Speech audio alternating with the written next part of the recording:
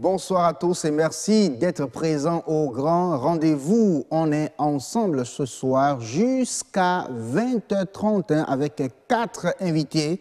Nous aurons donc un conseiller en business développement, un agroéconomiste, un agronutritionniste, pardon. On aura le coach Marcel Effon qui sera là dans un instant et un ferblantier. Quant au sujet à débattre, découvrez-les juste derrière la météo.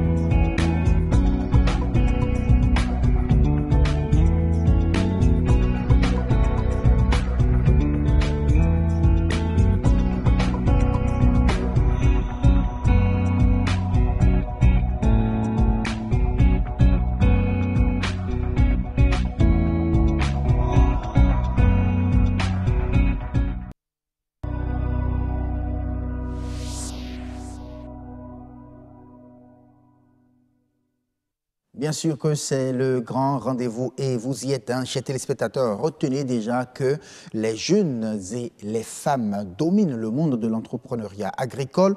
Mais qu'est-ce qui les motive en réalité et comment est-ce qu'ils se débrouillent, ces jeunes et ces femmes? Voilà donc les questions auxquelles le monde agricole va répondre en insistant bien évidemment sur ce qu'il faut améliorer pour les accompagner, pour plus d'impact socio-économique. La semaine de l'allaitement maternel a pris fin hier de façon officielle, mais elle continue bien sûr sur le grand rendez-vous. Nature et bien-être va démontrer que l'allaitement maternel exclusif est une garantie pour la bonne santé du bébé. L'éducation des enfants, c'est un des premiers rôles des parents et donc pour réussir cela, il faut des outils basiques. Et si vous êtes parent, chers téléspectateurs, suivez le coach Marcel Effon dans un instant sur la rubrique expert de ce grand rendez-vous.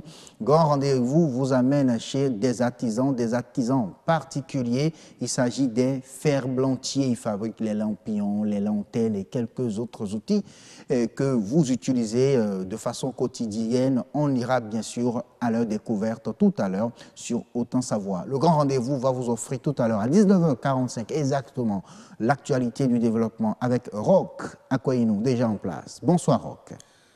Assium, bonsoir.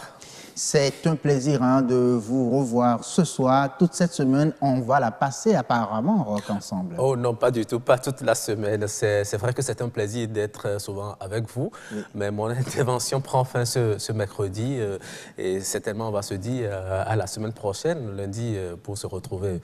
Mais pour le moment, je vais vous présenter justement le menu de ce 19h45, ce à quoi vous aurez droit. Vous suivrez un reportage qui vous permet désormais de différencier facilement un sachet plastique non biodégradable d'un sachet plastique biodégradable. Nous ferons Ensuite, un tour dans les couloirs de la médecine pour vous présenter une spécialité paramédicale, pas très connue, mais très importante dans le traitement des troubles liés au langage. Et enfin, nous irons à la découverte de ces jeunes gens qui se badigeonnent le corps à l'aide de la peinture et qui s'exposent bien souvent au soleil joint aux automates. Vous saurez justement quelles sont leurs motivations et les éventuels risques auxquels ils peuvent s'exposer assurément. Il y a un des hommes qui représente donc des panneaux publicitaires, on peut le dire ainsi. Voilà, tout à fait. Tantôt, vous les voyez la tête d'un côté, tantôt la tête de l'autre côté. En tout cas, vous aurez le plaisir de suivre le reportage. Souvent, quand je les vois, j'ai envie d'aller faire un peu de grimace devant eux, quoi, pour voir s'ils vont bouger. S'ils vont bouger. Ben, si vous leur donnez de l'argent et que vous leur demandez de bouger, ils vont bouger. Ils vont tout au moins bouger la main pour prendre. Tout à fait. Allez, merci beaucoup, Roch. On va se retrouver tout à l'heure à 19h45 pour voir les conséquences qui sont liées, bien sûr, à cette activité dans le reportage. Allez, merci à vous. Tout à l'heure, avant 19h45, chers téléspectateurs, nous allons retrouver Estelle Pazou dans Monde agricole, qui ouvre d'ailleurs les plateaux de ce grand rendez-vous.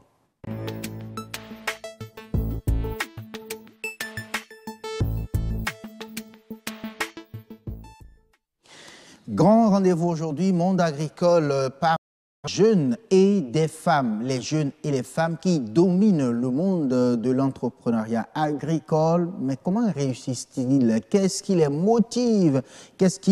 Comment se débrouillent-ils en réalité? Voilà donc des questions auxquelles nous allons essayer de répondre tout à l'heure avec l'invité de Estelle Pazou. On suit d'abord le reportage de Marcel Betoro qui nous présente juste une toute petite partie de l'environnement de l'entrepreneuriat agricole au Bénin. Regardez. Le monde agricole de nos jours présente assez d'opportunités d'affaires tant sur le plan productif que sur le plan commercial. L'arrivée des nouvelles technologies a permis d'offrir aux producteurs un plateau technique adéquat dans la chaîne de production. Dans un contexte pareil, l'entrepreneuriat agricole devient alors un modèle à adopter. Le chômage galope. Et c'est avec un cœur très dur que nous voyons nos jeunes qui finissent et qui veulent attendre d'avoir un contrat ou bien un travail pour être salarié. Alors que l'entrepreneuriat est là, surtout dans les filières agronomiques et dans les filières connexes.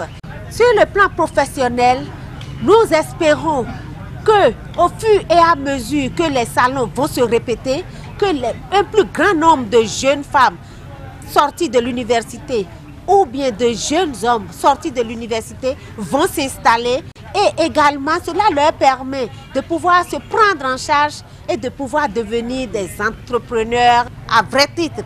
Assurer aux producteurs une disponibilité de la matière première et un marché d'écoulement des produits agroalimentaires reste un grand défi à relever. Par exemple, la graine de l'huile rouge ou l'arachide. Il y a des moments où c'est un peu cher, il y a des moments où il y en a assez. Donc on essaie d'acheter au moment où il y en a plus les produits. Là, on achète et on fait un stock. Ce qui fait que le contenu, le contenant est un peu cher. C'est le contenu de l'emballage aussi. C'est ça qui fait que c'est un peu cher. Par exemple, au moins, on n'a pas encore une structure qui produit ces genres d'emballage au Bénin. Donc on est obligé d'importer les produits soit au Ghana, soit au Nigeria. Les inconvénients, c'est au niveau de l'emballage. On n'arrive pas à trouver les bons emballages pour pouvoir vendre les produits. Et ça pèse vraiment sur nous. Toutefois, des sensibilisations doivent encore aller à l'endroit de certains jeunes qui peinent à percer le monde de l'entrepreneuriat agricole au Bénin. Au niveau du public, le ministère de l'Agriculture et tous les autres ministères liés font déjà beaucoup. Mais ça ne prend pas encore parce qu'il y a la mentalité qui ne suit pas. L'avenir du Bénin, de la jeunesse aujourd'hui et du monde, c'est l'entrepreneuriat. Donc je leur conseille vivement d'y penser, de demander l'inspiration divine pour pouvoir commencer par aller dans ce sens. Aujourd'hui, avec l'agroalimentaire, j'arrive à m'en sortir. L'entrepreneuriat agricole est un ensemble de valeurs qui s'acquièrent. Créer davantage de plateformes de formation en entrepreneuriat agricole au sein des producteurs et veiller à une bonne structuration du secteur serait un atout favorable pour le développement du secteur agricole au Bénin. En plateau avec un jeune, lui il est conseiller en business, développement, Stéphane Cyriel Nevis, c'est ça? C'est bien ça. Merci d'être là. Bonsoir. Estelle Pazou. Bonsoir à vous, Assio. J'ai insisté sur Estelle Pazou parce que je suis très content de vous retrouver. Enfin, depuis le début de la semaine, je ne vous ai pas vu. C'est vrai, ça fait un bout de temps depuis le jeudi, je crois, je n'ai pas fait mon agricole. Ah oui, sincèrement, je suis content de vous retrouver dans ce monde parce que j'aime vraiment ce monde. Et c'est normal. C'est normal que vous aimez le monde agricole. Ça cultive. Ça développe. Et puis surtout, vraiment. Ça fait la promotion des jeunes. Des jeunes, sincèrement. C'est ça ce que j'aime dedans. Alors, on parle aujourd'hui des femmes, on parle des jeunes surtout, qui dominent ce monde, le monde de l'agroalimentaire au Bénin. Justement, Assio, vous l'avez bien dit et je vais rajouter pour dire que dans le reportage, il y a une jeune femme qui a dit que l'avenir des jeunes, aujourd'hui, c'est dans l'entrepreneuriat. Mais il est un constat que tout n'est pas encore rose. C'est vrai, l'entrepreneuriat, ça absorbe beaucoup de jeunes, mais comment se débrouille-t-il? Est-ce que c'est prometteur, l'entrepreneuriat agricole? On va en parler avec Stéphane Cyriel Nevis, vous l'avez si bien présenté. Alors, monsieur, quand on dit entrepreneuriat jeune et féminin, à quoi fait-on allusion? Merci beaucoup, Esther. Déjà, l'entrepreneuriat, basiquement, c'est le fait d'avoir une idée, donc d'avoir constaté un problème, de répondre par une solution. C'est l'ensemble des démarches qu'on met en place pour formaliser cette solution, pour en faire une entreprise, pour en faire quelque chose de rentable. Ensuite, on peut aussi avoir l'entrepreneuriat social, qui n'est pas forcément rentable, qui a pour but principal de répondre à un souci socio-communautaire. Mais dans un pays comme le Bénin, même quand on veut répondre à un souci socio-communautaire, on est beaucoup plus dans la typologie d'entrepreneuriat à but lucratif. Quand vous parlez d'entrepreneuriat jeune et féminin, vous voulez surtout parler là des caractéristiques de ces entrepreneurs-là en tant que jeunes personnes, souvent âgées de 19 à 25 voire 30 ans. Et quand vous dites féminin, vous voulez parler donc du sexe, forcément, évidemment, de ces entrepreneurs-là. Il faut constater qu'aujourd'hui, la majorité des entrepreneurs, spécifiquement dans le domaine agricole, sont des jeunes féminins. Donc de jeunes femmes qui, dépassées par la situation familiale ou dépassées par les problèmes auxquels elles doivent répondre, les besoins qu'elles ont facilement préféré choisir une activité habituelle en famille, même si c'est la production de yaourt, c'est la production d'huile de palme, quelque chose que maman faisait, que la grand-mère faisait, qu'on a appris sur le tas. Et cette connaissance-là, on la partage, on la formalise, on crée un produit et on essaie de vendre, d'avoir un système de distribution adéquat. Ça veut dire que ces jeunes femmes ne vont certainement pas forcément pas en formation, c'est pas dans les universités, surtout pas malheureusement pas des centres de formation. Malheureusement, c'est de la maison. C'est de la maison. C'est ce qu'on a appris avec les parents et tout. Très bien. C'est ça qu'on professionnalise. Et les jeunes entrepreneurs, les jeunes femmes entrepreneurs qui sont diplômées, sont souvent diplômées dans des branches et dans des secteurs d'activité qui ne correspondent pas à ce qu'elles font en réalité en tant qu'entrepreneurs. Alors, vous allez aisément vous rendre compte qu'il y a des personnes qui ont fait banque finance, qui ont fait une licence en langue, qui ont fait la psychologie et qui aujourd'hui se retrouvent à vendre du piment, qui se retrouvent à vendre des tomates compressées en conserve, qui se retrouvent à transformer des matières premières qu'on retrouve au Bénin, dans le centre et souvent dans le nord, et qui les vendent. Est-ce que ça veut dire qu'aujourd'hui, le monde de l'entrepreneuriat est beaucoup plus féminin? On ne peut pas le dire tout de go de cette manière. Il est vrai que ces dernières années, je veux dire les 4 dernières années, il y a beaucoup de jeunes femmes qui sont rentrées dans ce système-là. Mais aujourd'hui, si on en croit les chiffres, parce que nous n'avons pas de système de statistiques véridiques et vérifiées, on est obligé de se rapporter aux chiffres des Nations Unies et des organismes internationaux. Le taux de pénétration en ce qui concerne les jeunes entrepreneurs est passé de 10 à 25%, certes, mais en ce qui concerne la structure de ce qu'on appelle les entrepreneurs au Bénin, les jeunes entrepreneurs au Bénin, nous n'avons pas encore 50% de femmes. Et aujourd'hui, quels sont les domaines dans l'entrepreneuriat qui profitent réellement à ces jeunes femmes ou à ces jeunes hommes et jeunes femmes? Alors déjà, je vais aller directement, ce qui est le plus évident, c'est l'agro-business.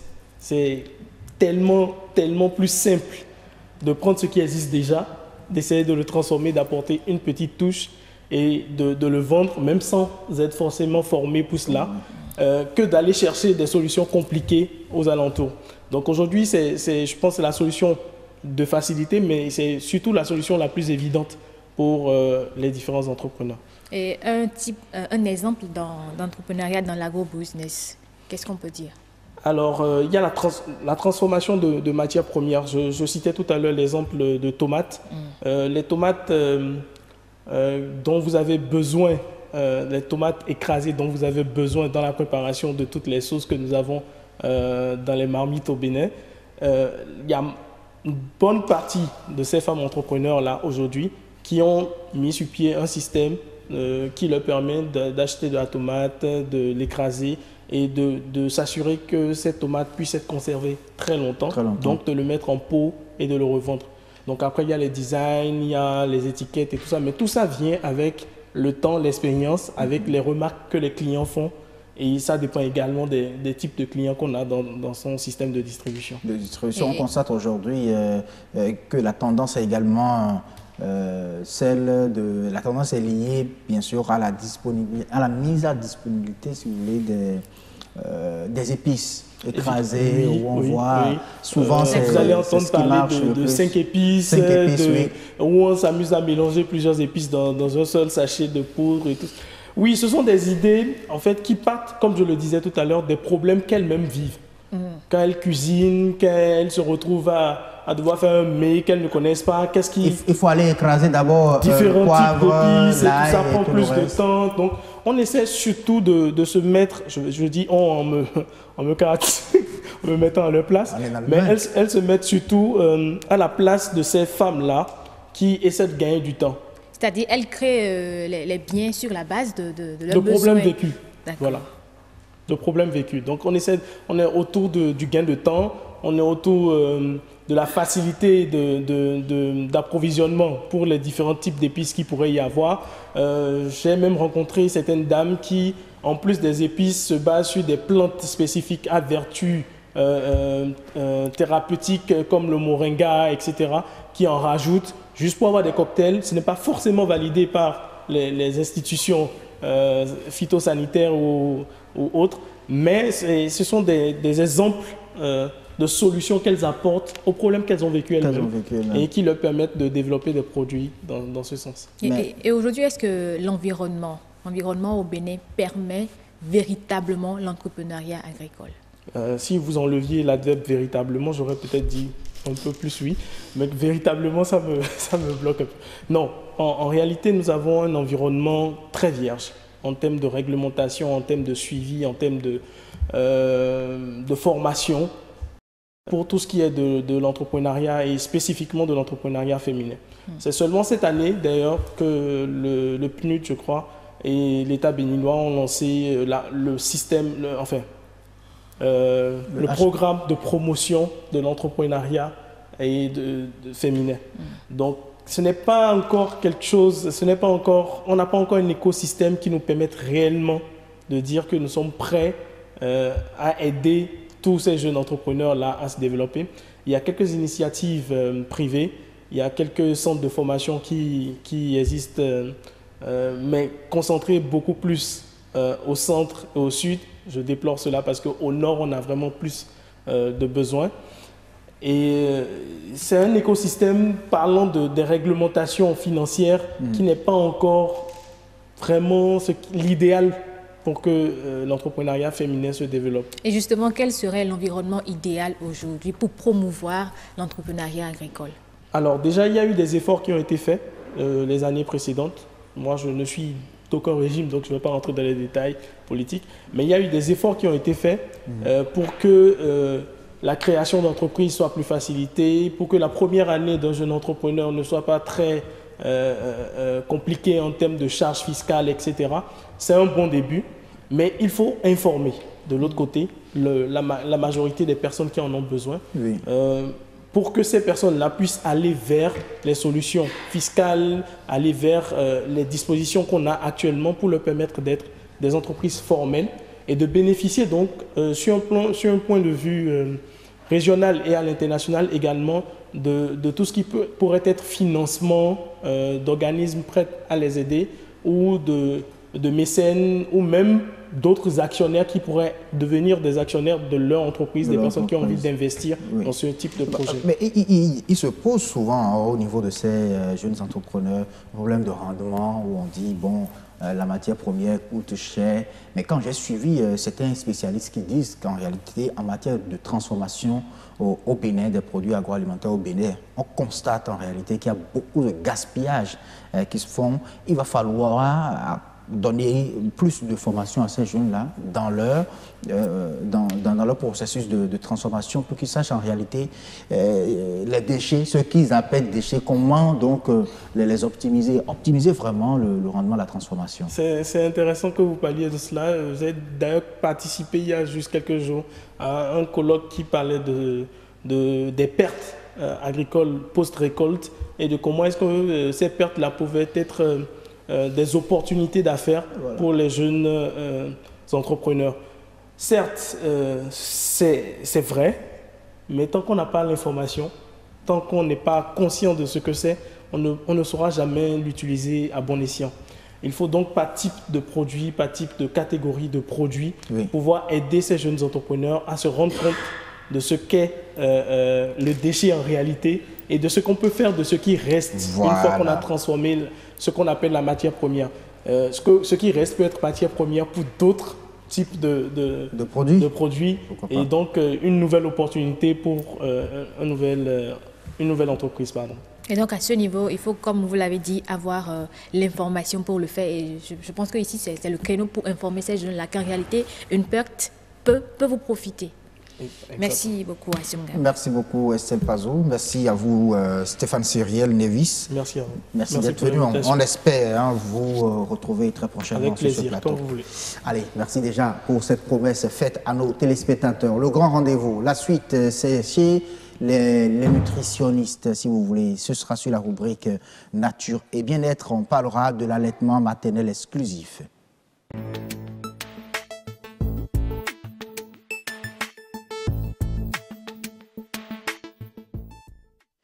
Oui, Nature et Bien-être vous invite aujourd'hui à une démonstration, sinon une confirmation d'une affirmation, si vous me permettez de le dire ainsi.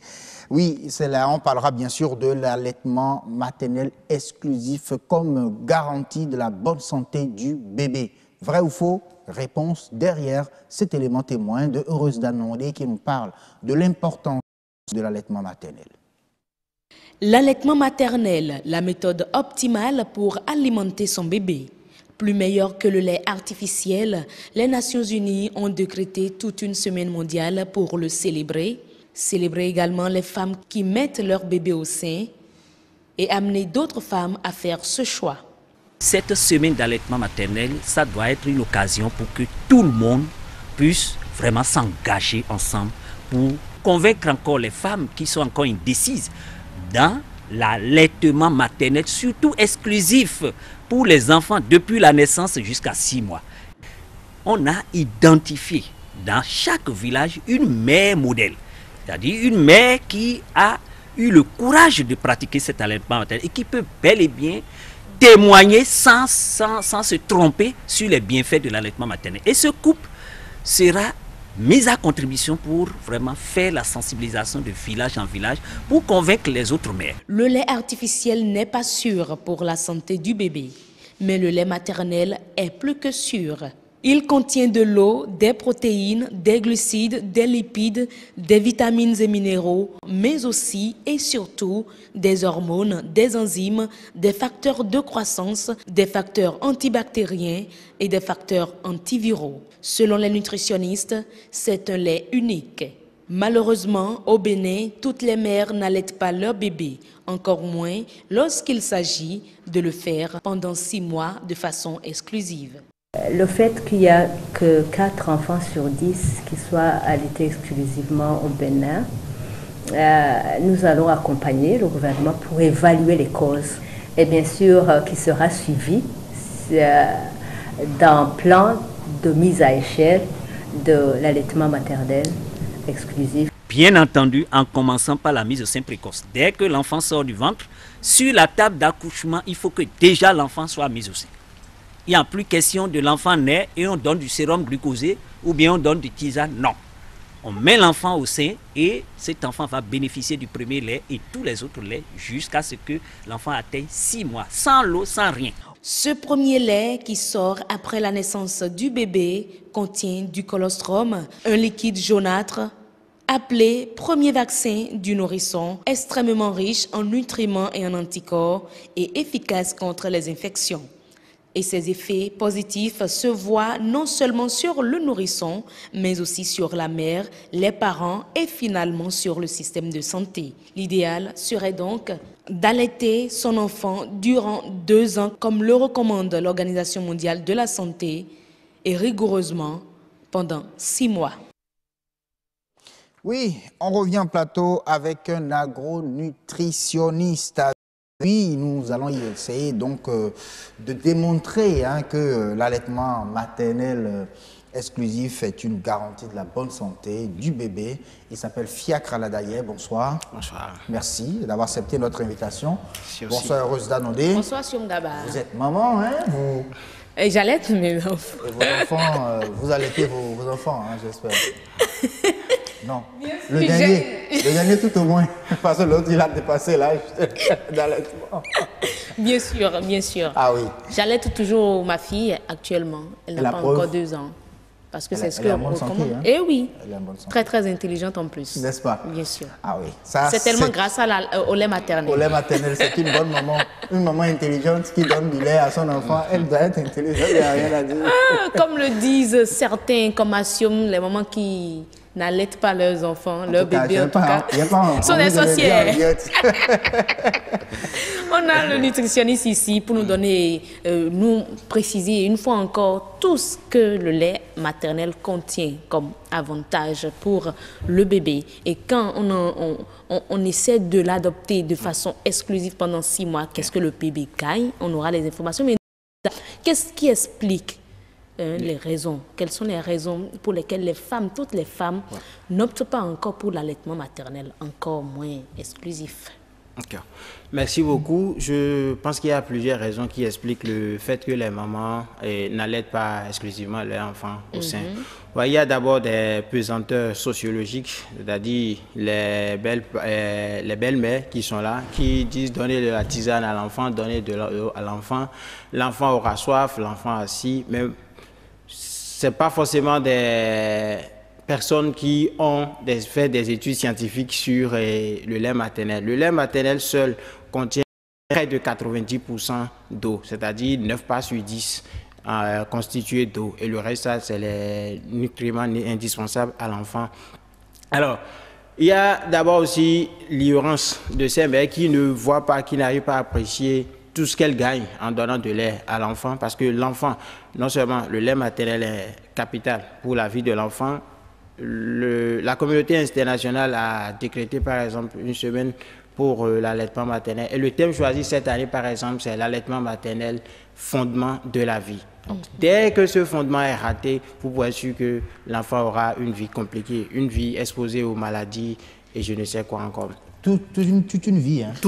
Toute une vie. Et ça impacte aussi bien l'enfant, la maman et aussi la société dans laquelle ces individus se retrouvent. Et je peux vous garantir que ça fait partie des grandes raisons du sous-développement du Bénin. Tout simplement parce que le capital humain est affecté. lorsque nous sommes dans un pays où il n'y a rien, aucune loi qui cadre l'allaitement maternel, il n'y a pas... Même dans les centres de santé, dans les formations, dans les centres de santé, à l'heure de la vérité, il faut qu'on se dise la vérité. Il y a beaucoup de sages-femmes qui ne maîtrisent pas tout le contour. Même moi qui vous parle quand même, je ne maîtrise pas tous les contours, mais il y a quand même un minimum qu'il faut.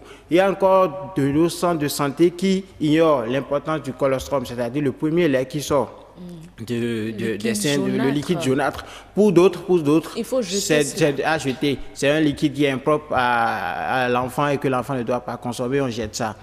Il y a des moments qui, et même sur la plupart des carnets, vous pouvez vérifier à la maison ou que vous soyez dans les carnets de soins des enfants, vous verrez derrière qu'on demande déjà l'introduction du jus de fruits ou d'autres liquides à partir de 4 mois. Alors que l'Organisation mondiale de la santé a fait des études avec plusieurs experts et on demande l'allaitement maternel exclusif jusqu'à 6 mois. 6 mois.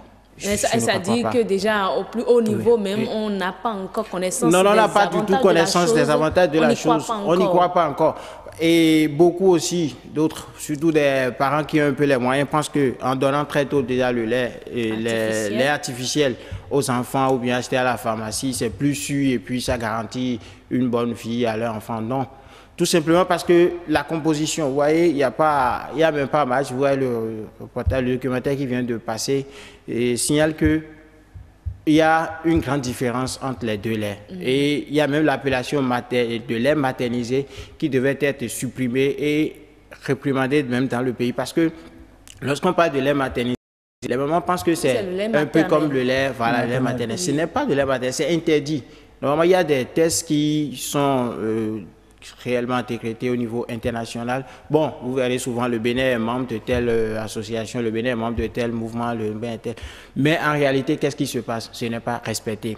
Et dans les pharmacies, vous verrez, il y a toute une multitude de laits maternisés qu'on commercialise. Et surtout lorsqu'on pense à cette affaire de Lactalis, on entend avec des laits incriminés, des enfants affectés. Bon, il faut encore porter des gants lorsqu'on va acheter ces produits artificiels. Mais comment se présente ce bébé-là qui est nourri exclusivement au lait maternel pendant 6 mois et l'autre qui peut-être prend du sérum glycosé.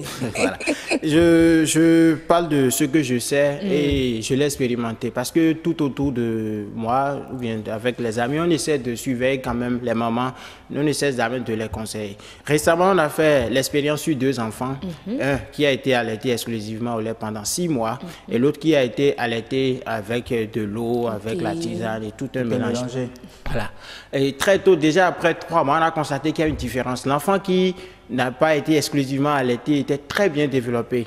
Il a grandi, il a pris la forme et puis il est bien gros, contrairement à l'enfant qui est exclusivement allaité au lait. Alors, après 6 mois, on a constaté que l'enfant qui a été exclusivement allaité au lait réagit mieux que l'autre, bien que l'autre soit déjà plus grand, plus gros que cet enfant qui a été allaité exclusivement au lait. 1 mois plus tard, vous allez constater que l'enfant qui a été exclusivement, on a constaté que l'enfant qui a été allaité exclusivement au lait, après 7 mois, a commencé par réagir et a déjà dépassé la forme de l'enfant qui a été allaité, qui a Miss. Ouais.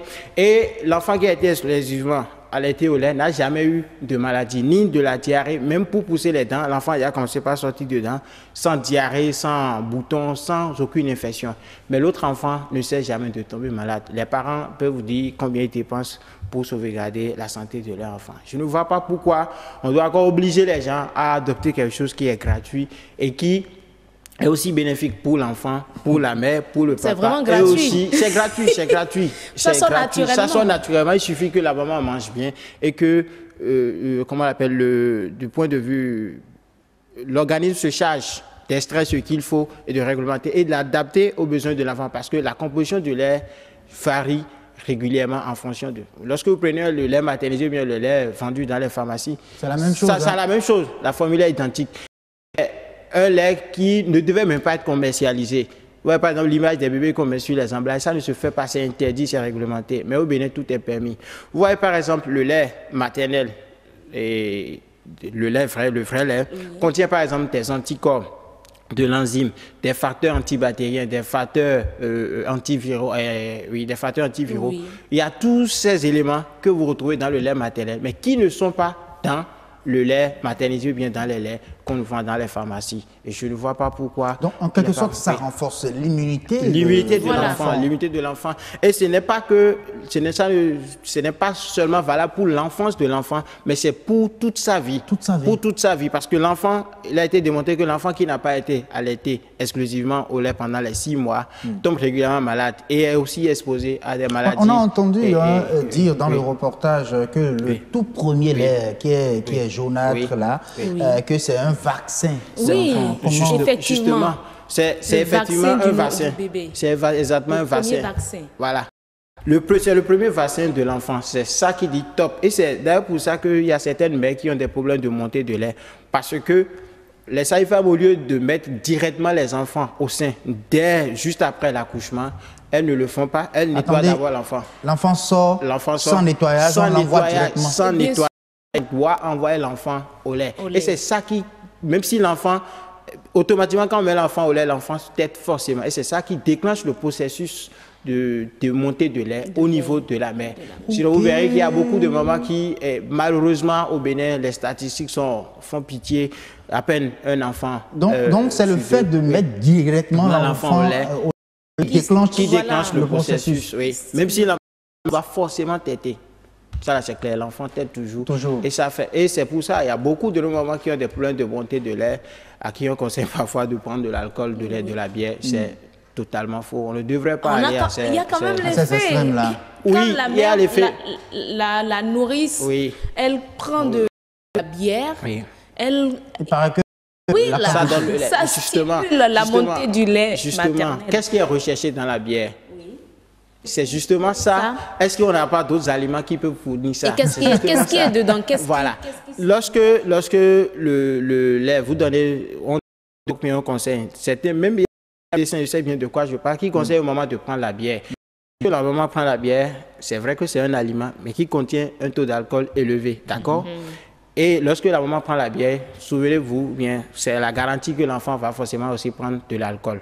Ce qui affecte déjà le système et les neurones, le cerveau même de l'enfant. Vous voyez, et la formation devient. Mais qu'est-ce qui est dedans, si on me permet? Alors, oui, la bière est faite avec nos céréales, d'accord? La bière est faite par exemple avec le céréal, le malt, d'accord? Donc c'est le processus de maltage qui conduit à la production de la bière, qui est recherché en fait. Donc si nous prenons par exemple les mamans, elles ont essayé, il y a d'autres qui ont essayé, qui ont du résultat, de prendre la bouillie, par exemple, ça contient sans que ça ne soit filtré pour faire de la cassade, non, la bouillie, de la farine de maïs même, la bouillie bangba, ou bien les feuilles de calopropice, on prend comme de la tisane, vite fait.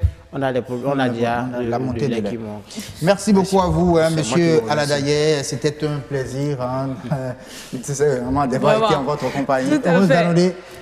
On va s'en arrêter là. N'est-ce pas? Peut-être demain, on va, si vous voulez. C'est bien possible. On peut revenir sur le sujet. Tout à fait. Et continuer, parce que toute une semaine a été consacrée à la chose, mais au Bénin, qu'est-ce qui est fait? On va essayer d'aborder le sujet. On va y revenir demain. Oui. Merci à vous, heureuse.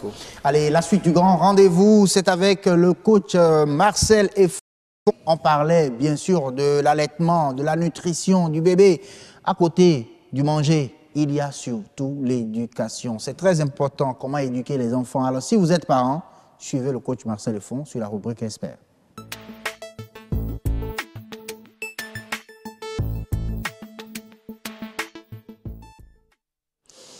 Voilà, on retrouve le coach Marcel Effon ce soir. Avec lui, nous parlons d'éducation. Oui, éducation des enfants. Et il y a des outils basiques dont vous avez vraiment besoin en tant que parent pour donc éduquer vos enfants, pour réussir cela, pour atteindre cet objectif. C'est l'un des tout premiers rôles des parents, n'est-ce pas, coach Marcel Effon? Bonsoir. Bonsoir Arcio Mugaba, bonsoir chers téléspectateurs, bonsoir d'avoir pris ce rendez-vous naturellement du recevoir. Et depuis un moment, nous avons abordé la rubrique des questions qui touchent l'éducation. On a beaucoup parlé de l'éducation des adultes, on a beaucoup parlé de l'éducation des professionnels, on a beaucoup parlé également de l'éducation pour avoir un style de vie. Mais je me suis rendu compte que le meilleur moment, en fait, pour contribuer à l'éducation aussi bien des professionnels que des adultes que nous devenons dans la société, c'est l'âge d'enfance. Et à l'âge d'enfance, il y a beaucoup plus de facilité à convaincre ou à installer des informations dans nos enfants, dans le subconscient, le cerveau de nos enfants, qui leur permet, pourquoi pas, alors de les garder pour toute leur vie. Ce qui fait que, la plupart du temps, nous nous rendons compte que nos enfants ont pour héros leurs parents parce que les premières informations que les enfants ont eues dans leur vie, c'est leurs parents qui les l'ont donné, qui les ont installés, et du coup, leur référence devient leurs parents. Si pour autant, à l'âge adulte, nous restons des héros pour nos enfants, pourquoi alors ne pas se préoccuper de qu'est-ce que nous installons dans leur subconscient, dans leur cerveau? Voilà la raison pour laquelle nous sommes obligés, qu'on le veuille ou non, actuellement de parler de l'éducation des enfants. Des enfants. Alors, mais selon vous, comment est-ce que les parents devraient donc travailler sur l'éducation de leurs enfants? Alors, le travail de l'éducation des enfants part déjà du quotidien. L'éducation des enfants n'a pas besoin, a priori, de quelque chose d'extraordinaire, mais c'est tellement important de se préoccuper du quotidien, et je vais l'aborder dans presque tous les sens dans la vie des enfants à la maison. Lorsque nous prenons nos enfants, par exemple, ce qui nous préoccupe pour la plupart du temps, dans un contexte typiquement africain, et avec précision, si nous nous retrouvons par exemple au Bénin, c'est que les parents, parce que certainement ils ont vécu des situations au point de vue matériel où ils ne sont plus contents, mais pour résoudre ce problème, pour penser leur plaie, de ce que, par exemple, ils vivent en location, ils disent « mon enfant ne vivra plus jamais en location quand il aura mon âge », ce qui est une très bonne chose. Mais en le faisant parfois, on le fait au mépris de l'investissement qui devrait être fait alors dans l'éducation de cet enfant. Je voudrais dire, par exemple... Vous voulez dire que les parents utilisent les moyens pour éduquer leurs enfants dans la construction de leur maison, par exemple? Oui, oui, quelque chose du genre, mais je parle même de détournement. Oui, vous allez voir tout à l'heure, c'est un détournement. On pense tellement pouvoir faire du bien ou préparer l'avenir de l'enfant, mais on fait parfois très bien la mauvaise chose. Comment on fait très bien la mauvaise chose? La plupart des parents, par exemple, ne prennent pas du temps pour aller rechercher, par exemple, les bonnes écoles pour leurs enfants. On cherche l'école qui est l'école la moins chère, l'école qui est plus proche pour éviter alors de dépenser, ce qui, dans certaines mesures, est une bonne chose. Mais on se concentre toute la vie, par exemple, à cotiser de l'argent pour acheter toutes les parcelles dans son environnement parce qu'on pense qu'il faut que ces enfants puissent en disposer chacun 2, chacun 3, chacun 4, chacun 5, pour certains, et toute la vie dans laquelle ils vivent pour le futur. Et pendant ce moment, les mêmes parents qui sont préoccupés à construire l'avenir de leurs enfants, l'avenir matériel de leurs enfants, en leur achetant des biens dont les enfants peuvent disposer dans le futur, ces enfants-là, quand vous les rares sont ceux qui investissent alors le centième de ces ressources dans l'éducation de leurs enfants. Combien de parents aujourd'hui, par exemple, profitent de leurs enfants pour prospecter les différentes écoles, prendre les programmes de ces écoles-là, les regarder, les évaluer pour voir, pour ce qu'ils veulent que leurs enfants deviennent dans le futur, quels sont les éléments dans la formation de leurs enfants qui sont retrouvés, par exemple, de ces programmes, et sur la base de ces programmes, par exemple, choisissent l'école que leur enfant doit faire et se disent « il faut que je me batte vaille que vaille pour pouvoir assumer au point de vue financier cette éducation de l'enfant ». Ils sont très peu. Alors nous recherchons les écoles les moins chères, nous recherchons l'endroit où nous devons investir le moins, mais parfois nous avons tellement de ressources qu'on devrait pouvoir orienter vers l'éducation des enfants. Nos enfants, ils deviennent la plupart du temps ce que nous avons investi en eux pendant qu'ils étaient enfants. Les enfants deviennent le résultat des rêves que nous avons eus sur eux pendant qu'ils étaient enfants. Les enfants deviennent alors ce que nous sommes, que nos parents nous ont transmis, que nous n'avons pas modifié, qu'on leur a transmis tout cru.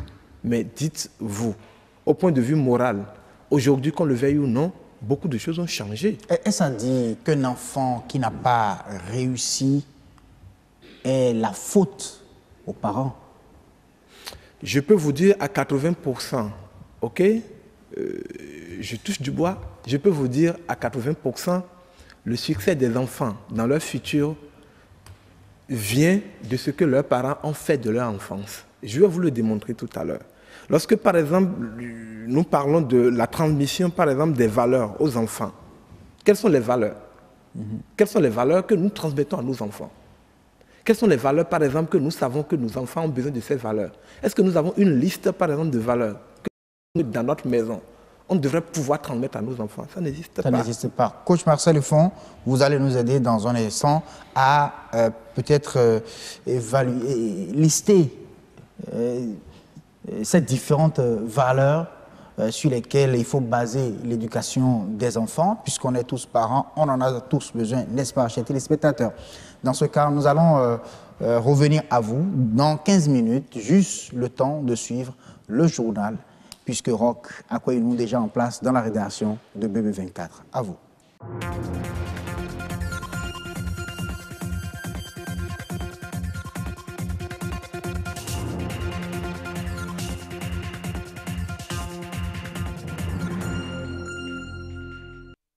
Il est 19h45, mesdames et messieurs. Bonsoir, les titres de ce journal.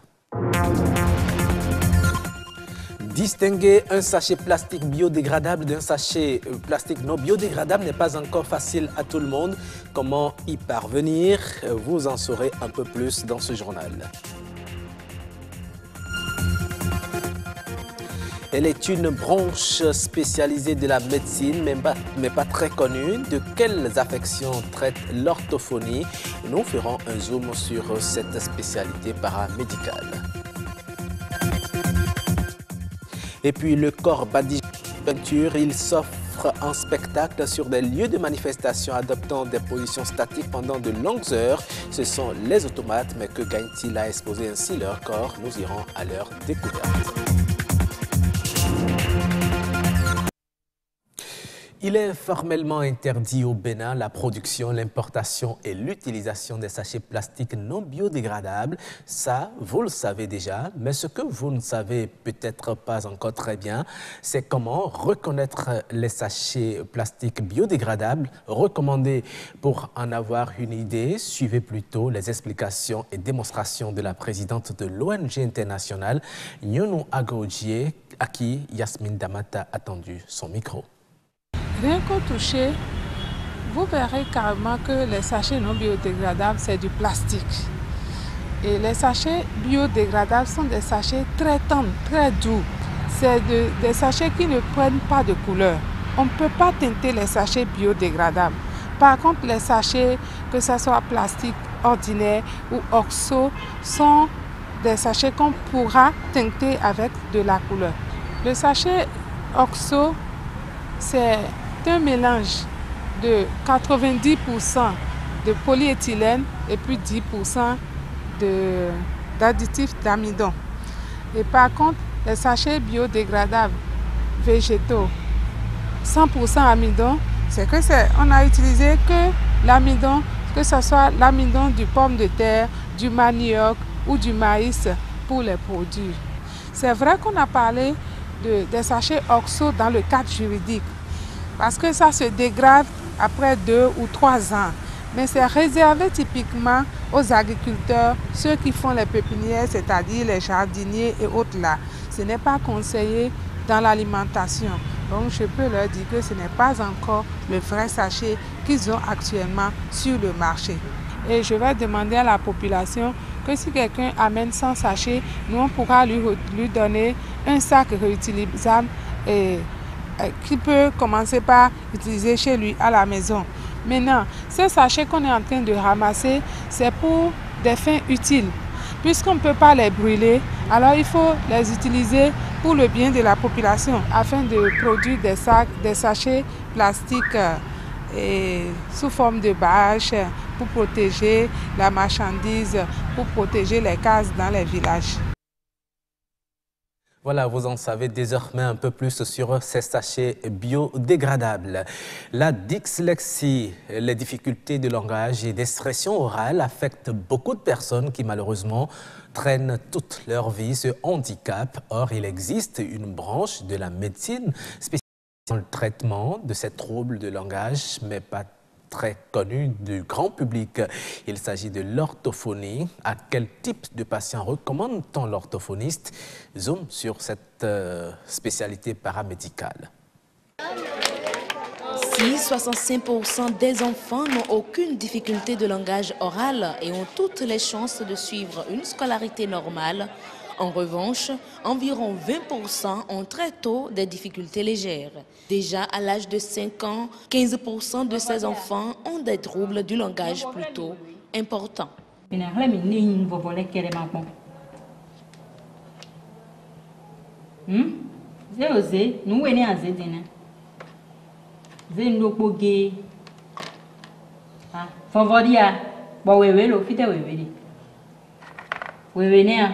Voilà. Ça montre que l'enfant n'a pas encore les notions de couleur et donc ne peut pas différencier une couleur d'une autre. Et c'est là qu'intervient l'orthophoniste, le rééducateur des troubles du langage et de la parole. C'est une discipline paramédicale dont le rôle principal, c'est de prévenir, de dépister, d'évaluer, de traiter les troubles du langage oral et ou écrit, les troubles de la voix, les troubles de la déglutition et les troubles liés à la communication. La situation ne se présente pas que chez l'enfant. L'adulte aussi, face à certaines situations, bénéficie des soins de l'orthophoniste.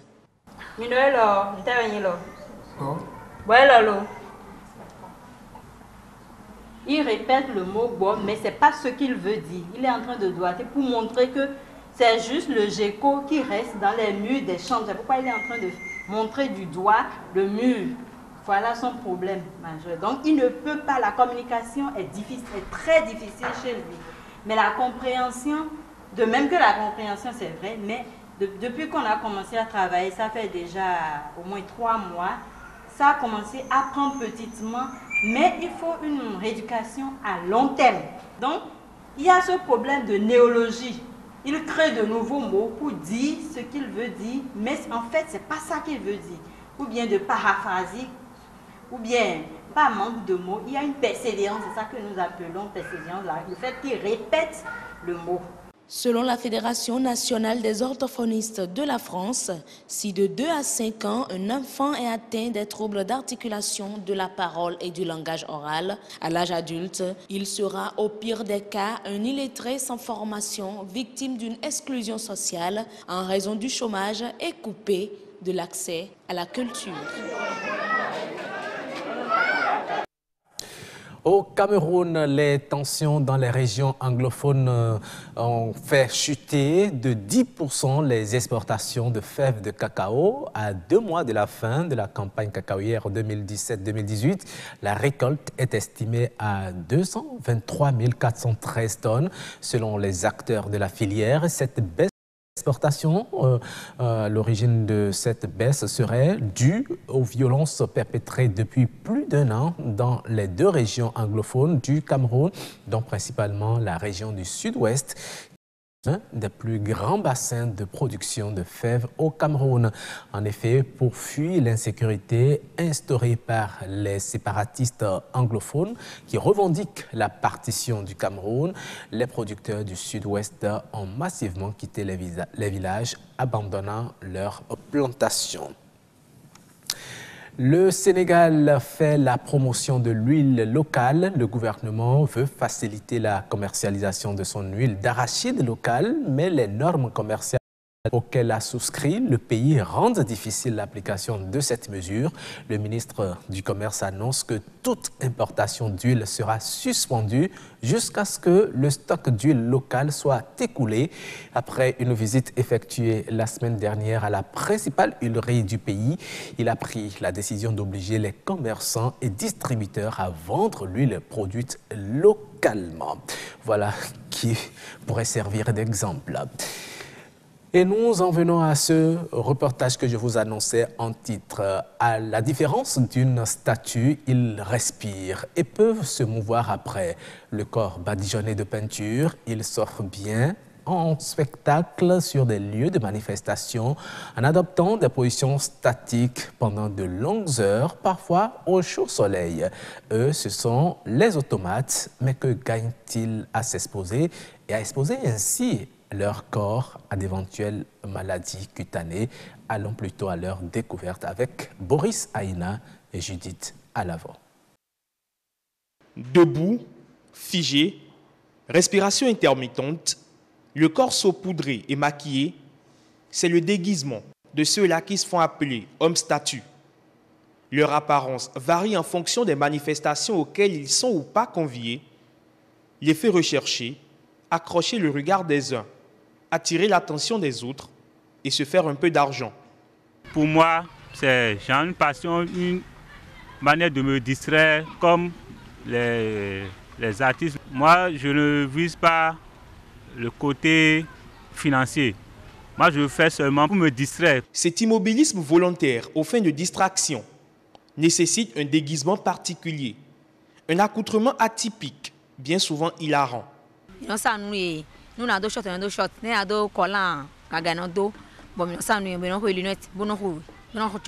On les maquille.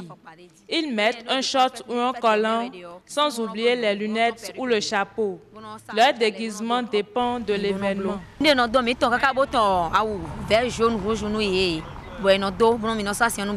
Plusieurs interrogations subsistent tout de même sur d'éventuelles répercussions sanitaires qui peuvent découler de l'application de la peinture sur la peau. Patrick passe un temps non négligeable dans cette posture, ignorant ainsi les risques auxquels il s'expose.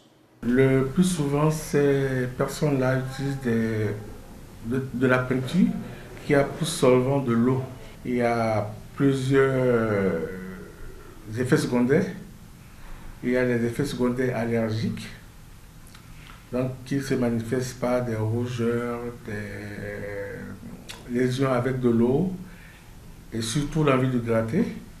Il y a des effets secondaires à type d'irritation. Il y a également le risque d'infection, puisque c'est des peintures à l'eau.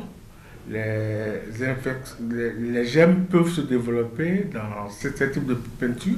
Ils peuvent faire des infections cutanées.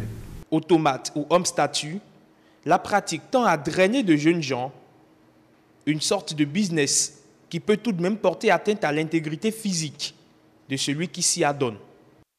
Ainsi prend fin ce journal. On revient en plateau avec vous, coach Marcel Effon avec vous. Nous parlons bien sûr d'éducation des enfants, surtout.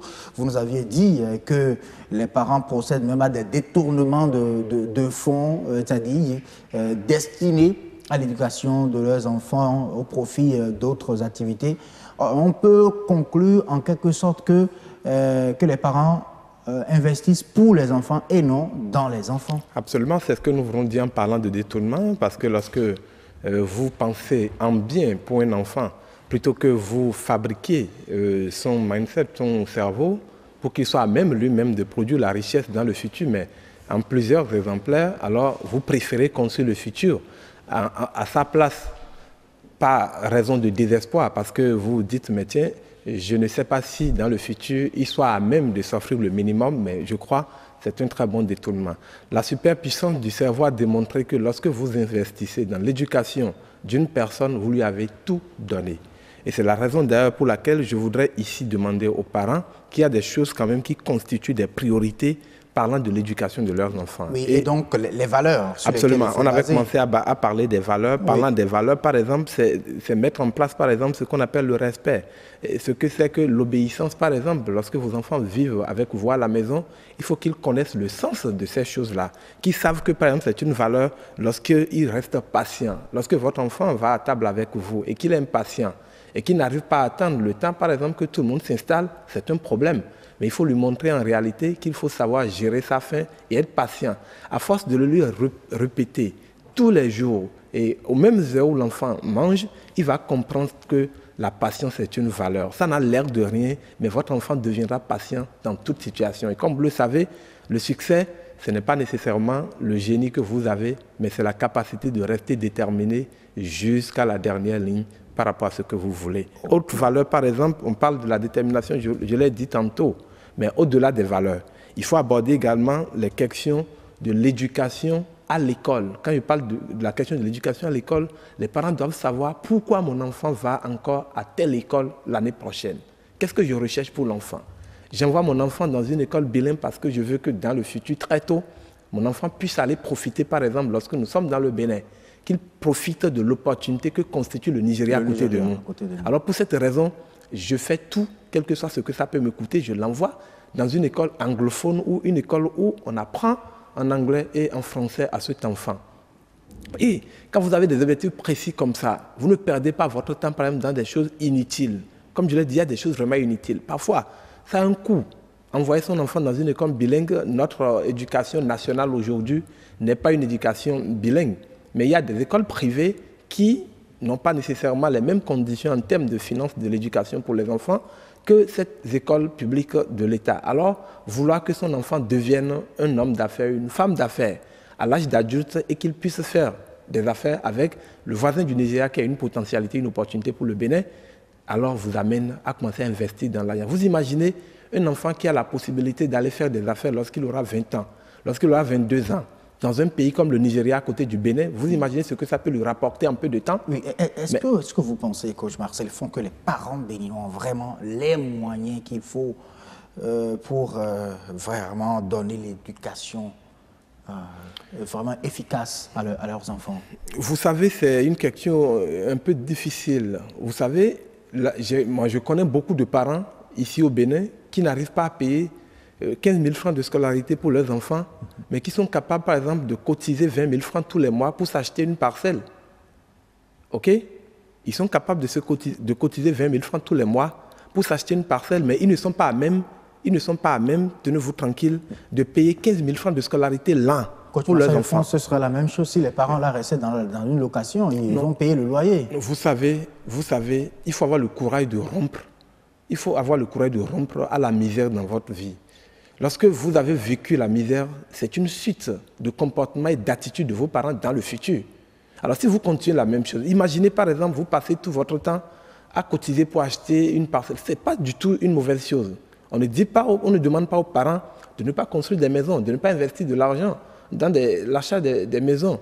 Mais au mépris de l'éducation, par exemple, des enfants, je pense que c'est un détournement. Alors pour vous, l'éducation passe avant tout? L'éducation passe avant tout. L'héritage qu'on peut laisser à un enfant, tenez-vous tranquille, c'est d'abord l'éducation. S'il y a des choses qu'on ne peut pas se permettre alors de sacrifier dans la vie d'un enfant, c'est son éducation. C'est son état de santé. Lorsque vous réussissez, par exemple, à créer des conditions pour l'éducation de vos enfants, quand vous travaillez pour que vos enfants soient en parfaite santé, je peux vous rassurer, même si vous ne les laissez pas un lopin de terre, ces enfants deviendront des succès. Vous connaissez bien l'histoire. Les ministres d'aujourd'hui dans les pays ne sont pas nécessairement les enfants des anciens ministres d'hier. Les présidents d'aujourd'hui ne sont pas nécessairement les enfants des anciens présidents. Certes, il y en a qui sont devenus présidents parce qu'ils sont nés d'une famille présidentielle. Mais la plupart du temps, c'est des gens qui sont parvenus de néant. Du néant, ça c'est vrai aussi. C'est des gens qui sont frustrés dans leur passé, qui disent « plus jamais ça dans ma vie ». Alors qu'ils se sont battus et qui ont fait ce qu'il faut faire pour être à cette place-là. Mais pensez-vous qu'en passant toute votre vie à construire une fortune pour vos enfants, vous êtes en train de faire la bonne chose? Il faut construire son cerveau. Il faut construire son éducation.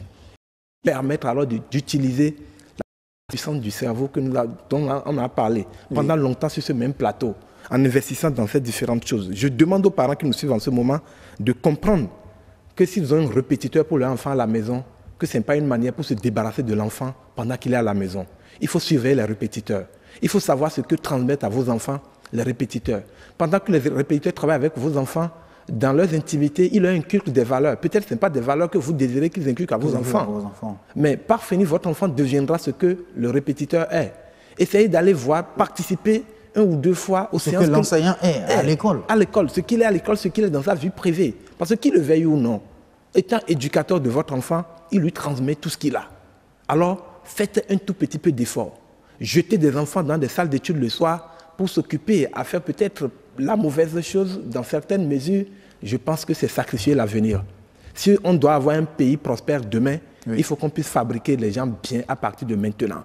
Si nous devons avoir le courage de rompre avec ce que nous vivons aujourd'hui, il faut qu'on soit patient en disant, si aujourd'hui ce n'est pas bon, je crois que je peux contribuer à travers l'éducation de mon enfant pour que le Bénin de demain soit un Bénin où les gens se respectent, où il y a des valeurs, où dans une société où on voit un enfant qui est assis dans un fauteuil demande à une vieille personne coulant de rester debout, c'est un problème d'éducation. Et ça se corrige dès le bas âge. Dès le bas âge. C'est pas quand on est vieux qu'on bat les enfants, qu'on les chicote, les adultes du moins, qu'on les envoie au commissariat. Oui, les parents sont fiers d'envoyer leurs enfants au commissariat pour qu'on puisse les chicoter, les corriger. Mais ils ont échoué pendant que les enfants étaient petits. Et ils devraient pouvoir s'occuper de leur éducation plutôt que de travailler à longueur de journée sans investir le moindre temps dans l'éducation de leurs enfants. Et c'est de ça que nous parlons. Merci beaucoup à vous, coach Marcel Lefond. On retient tout simplement qu'il faut construire le cerveau des enfants et non les bâtiments. Je pense que si on construit d'abord le cerveau des enfants et après on construit les maisons, les enfants avec leur cerveau pourront bien entretenir des maisons et construire encore plusieurs autres maisons. Absolument.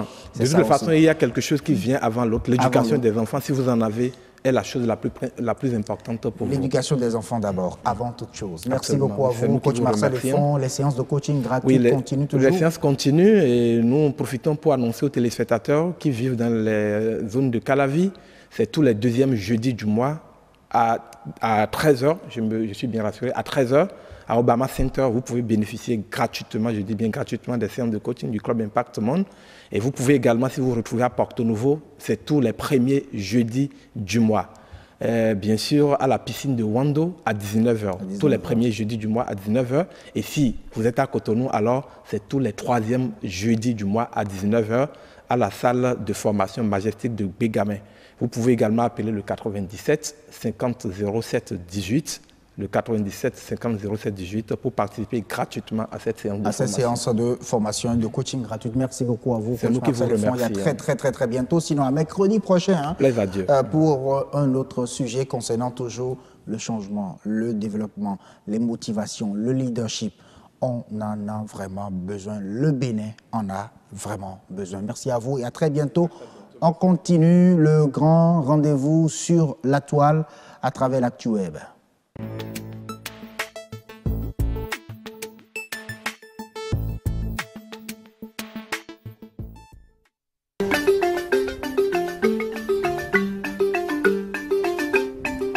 Un avion de Bruxelles Airlines fait demi-tour après avoir heurté un oiseau. L'avion a été contraint à faire demi-tour samedi, peu après son décollage de l'aéroport de Bruxelles, parce que le moteur de l'appareil aurait été endommagé par une collision avec un oiseau.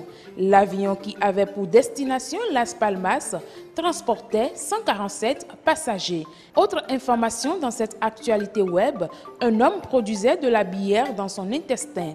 Il y a presque 10 ans, un Américain débarquait aux urgences avec un discours que personne ne croyait. Les médecins, après des examens, découvraient que le patient a un taux d'alcoolémie de 3,7 grammes par litre de sang. Or, cet Américain jurait qu'il n'avait rien bu. Pour avoir le cœur net, les médecins ont placé le patient américain dans une chambre tout seul, sans aucune visite possible. Il a été nourri avec des aliments riches en sucre. Son taux d'alcoolémie est prélevé toutes les 2 heures. Le dernier enregistré est à 1,2 g par litre. 10 ans après, en prélevant le taux d'alcool dans son intestin, les médecins ont compris que le patient avait de la levure dans l'intestin, un champignon unicellulaire, le même utilisé dans les boulangeries pour fabriquer du pain ou dans les brasseries pour fabriquer de la bière. Cet Américain a été soigné en ne consommant plus de sucre pendant 10 semaines, tout en prenant régulièrement un antifongique. Et pour finir, nous allons parler de l'interview surréaliste de Marcelo Bielsa. En marge de la victoire 3-1 de Leeds United, relégué cette saison en D2, Bielsa s'est rendu à l'interview après match au micro de Sky Sport en compagnie de Salim Lamrani, son fidèle interprète. En plus de traduire les questions du journaliste pour le manager de Leeds, Lamrani traduisait de l'espagnol vers l'anglais les réponses que Bielsa voulait donner. Une interview qui, selon le site DHB, est déjà rentrée dans les annales de la Championship. Et c'est sur cette information que se referme l'actualité du web de ce jour. Merci de l'avoir suivi et à très bientôt.